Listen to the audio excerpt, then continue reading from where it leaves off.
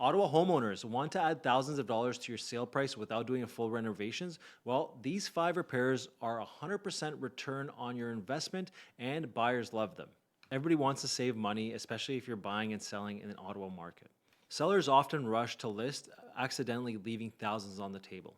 Not all rentals will pay you back. Kitchens and bathrooms rarely give you a return on investment. These 5 repairs will pay you back either in a quick sale or in a higher sale price. I'll rank each one in difficulty, time, and cost. So, number 1, painting. Now, this one is on the difficulty from a 1 to 5, we're at a 2.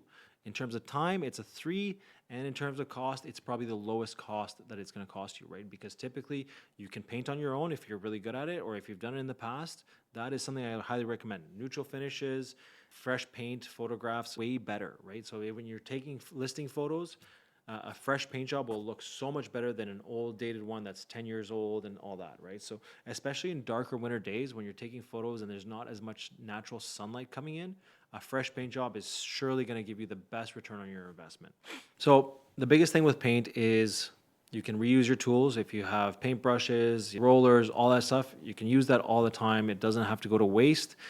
And you want to focus on the main living areas. So kitchens, living room, dining room, bedrooms, hallways, trim, all that stuff. You want to focus on that, and you want to make sure that the walls don't match the ceiling, because you need to get, that's called color drenching, and that only works in certain scenarios. Color drenching is when you drench the whole room, including the ceilings. Now, you can typically, if you're selling your home soon, you want to just do the walls and the trim and make the trim pop on top of the new color. And you can use neutral finishes. It doesn't have to be white. It can be like a creamy color, a nice color that gives somebody warmth when they're walking in. Now for this one, prep matters. So you want to patch, sand, and clean before you start painting. Sanding, especially if you have a new home and you haven't painted the walls yet, you want to go over with a fine sander and just go across it at least once, just so that the paint can actually attach to the wall. Typically, the paint that comes from the builder is quite rough, so you want to make sure that you're giving that a good sanding, a good clean. Get a shop vac. Shop vac is going to save you. You're going to be able to clean areas much faster. You're going to be able to absorb all the dirt and all the sanding stuff, that's all the sand particles that have come off. Get that cleaned up and then put your fresh coat of paint on there. It's going to look beautiful, especially after that sanding. That is one of my biggest tips on doing a paint job. But that one is one of my favorites, and it helps a lot of my clients get thousands of dollars more and results in much faster sales, because when they walk in, people know right away, wow, this place shines, pops, everything's clean, it's ready to go. I don't even need to touch a single thing when I'm moving into this property. Number 2, fix your plumbing. So any leaks in your kitchen, any leaks in your bathrooms. Typically when somebody's doing a home inspection, the home inspector is always going to look underneath the sinks, look underneath all the taps, and see where there's any leaks, any caulking missing, and anything like that, right? So this one on the difficulty scale, it's a 3. Typically you do want to get a plumber in here to get any major leaks done. The time, it's about a 2 to 3. It shouldn't take too much time. Maybe one day with a plumber. If you have some small minor stuff, it should be in and out in a couple hours. The cost is sometimes a little bit costlier, because you do have to get a professional in there to fix the problem properly, so that you don't avoid more issues when the home inspection comes, or when buyers take possession and there's a leak that you weren't aware of, which is going to cost you more in the long run. Right.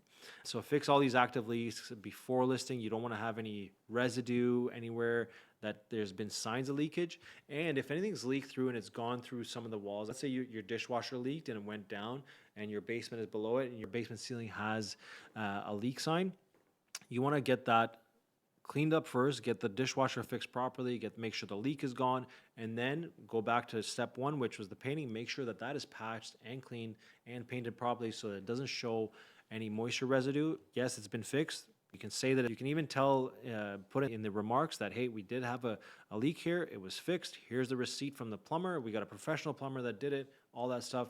No buyer will have an issue with that, especially if you're forthcoming about it and you told them exactly what was done, and you show them the receipt. That is 100% the way to go about it. Number 3, another one that I absolutely love is updating your lighting. So I know a lot of people have been looking at updating the lighting, and sometimes they don't pick the right color of the light, and it's way too bright and it looks like you're in an aquarium or something. I personally don't like that light at all, and I know most buyers don't really like it either. You want to have that warm lighting, right? So every room should have a certain kind of warmness to it. You don't want to be walking into something that's like super bright white light. You shouldn't be looking into headlamps of a car oncoming.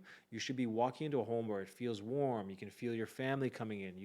You walk into the dining room and you see you're picturing your family having a turkey dinner there. All these things. So changing your light fixtures, getting some updated bulbs, some nice clean ones, bright bulbs. That's not too expensive. It's actually on a difficulty I'd rate it at 2 out of 5. Time, it might be a little bit more time consuming because you have to go through each one, test everything, make sure it's all there. I'd put that at a 3, and then in terms of cost, I'd put it at a 2 out of 5. Most homes still have old can lights and all that stuff, so just change any light fixtures that don't look that great. Get something a little bit more modern. You don't have to spend a huge amount. I know light fixtures can get expensive once you start getting up there in terms of the different styles, but if you're just going for the basics, something simple just to replace an older one. If your home is 20 years old, replacing some light fixtures will help. It'll make it a little bit more modern, brighten it up a little bit, change the feel of the home, make it so it's not as dated when they walk in. LED lights is definitely something that I do recommend. Just make sure you're picking the right warmness of the light. You don't want something too bright. You want something nice and relaxing and calm. When somebody turns on the lights, it feels calm.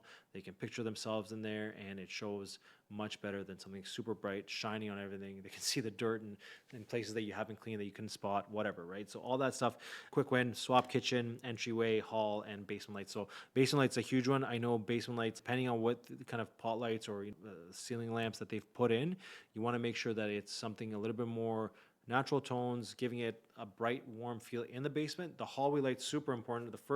We're in the winter now, but if you're having showings in the winter, you want to have the best lights in the hallway, right? When somebody walks in, they feel like they're coming to their own home with those nice warm lights, lighting everything up properly, and giving them a good experience as they're going into the home. The first few steps in the home are going to be the lasting impression that's going to guide them through the rest of the home. Number 4, this one is crucial.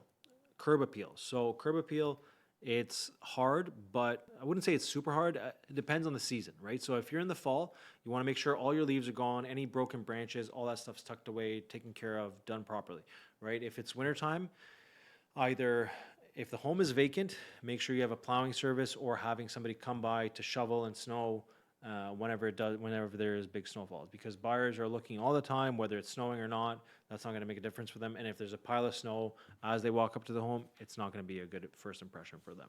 For the summer, if you have flowers in front, you make sure all your gardening is done, make sure all the weeds are out so the place looks well and it pops. One big thing I do recommend a lot, especially for the spring and summertime people that are listing, is getting a pressure washer on your whole home. One, it's going to wash away any dirt on the sidings, clean up all the dust around the windows, make the windows nice and clean and all that stuff. This is something that you should be doing, especially before you're even doing the listing photos, because it can help. There's often cobwebs when the change of season, there's cobwebs everywhere and all that stuff. So make sure you do all that. In terms of difficulty, I'd say this is between a 1 to a 2. Time, it's probably a 3 to a 4 because it can be time consuming. Cost, it should be minimal. I'm talking about doing a pressure wash in your home. You can go buy a pressure washer that you can keep for the next 10 years for a couple $100 and do that yourself, right? You don't have to hire somebody. You can, and it won't be that expensive, but you can also do it on your own. So what would you really need, right? A couple of shovels for the winter, some salt in the winter, and then what else would you need? For the summer, you need maybe a pressure washer and a nice broom. Use that, right? And for the fall, you just need either a rake or a leaf blower, depending on what you use, and just getting rid of all that stuff. So that stuff's super simple.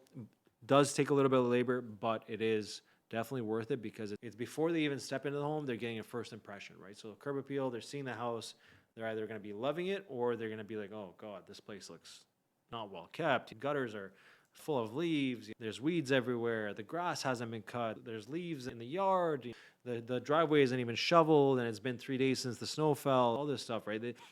You want to show that it's been a well-maintained home, and that's one thing I can't stress enough, is making sure your home shows as if it's well-maintained is going to be all the difference in the world between you and a couple of other different homes. If they're not as well-maintained as yours and they're in the same neighborhood, buyers are probably looking at all these homes and they're going through them and, oh, well, it wasn't like that one. It wasn't like the other one. You want to be the one that stands out. You don't want to be helping other sellers sell their home by being the worst house on the block. You want to be the best one. You want to be the gold standard of how a home is presented for new buyers. And that is going to be leading you to success in selling your home quickly and for the best price, right? Now, this one, number 5, I think is also very important. This one is flooring repairs. It is the most difficult one out of all of them, the most costly out of all of them, but it is super important. I think whether you have hardwood, laminate, vinyl, it doesn't matter. Well, carpet as well. It doesn't matter what it is. It should be getting addressed prior to going on the market. Old carpets, scratched hardwood, all these different things will deter buyers, right? Especially if you have buyers that are looking for hardwood and you have pets, right? I had a client that took the extra steps. They had two big dogs and they knew that it was going to be an issue, right? The dogs dinged up all the hardwood floors, but they knew, well, we've lived in this home for 10 years. The dogs, we love our dogs, but they're bigger dogs and they dinged up the floor. So they had set aside a budget when they planned to list the home. They had set aside a budget to get the floors prepped and repaired.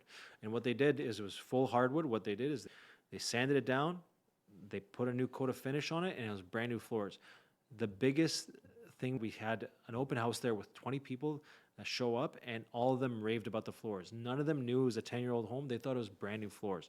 And that speaks volumes, because I always talk about that. I think maybe 25 to 30% of the sellers I work with end up doing that much work on it. And I'll tell you, that home sold in less than 7 days. And that's because it was prepped properly, cleaned up properly, and everything was ready to go for showings. And we obviously had the most amount of attraction on it because it showed the best in pictures and in person. It wasn't like a catfish house where the pictures were great, and then you walk in and, oh, what happened to all this, right? Because scratches on the hardwood, they might not show up on the pictures, but as soon as you walk in, you're going to see it. Like, you're going to see the dings, dents, scratches. You're going to see all that. So I highly recommend doing that, fixing the hardwood. If you have carpet, we've talked about this before, the carpet is a bit finicky. Either you change it with laminate or you get a brand new carpet that matches the rest of the house. That's super easy to do. And just going from there, right? You want to make sure any worn flooring is gone, all that's been taken care of and all that.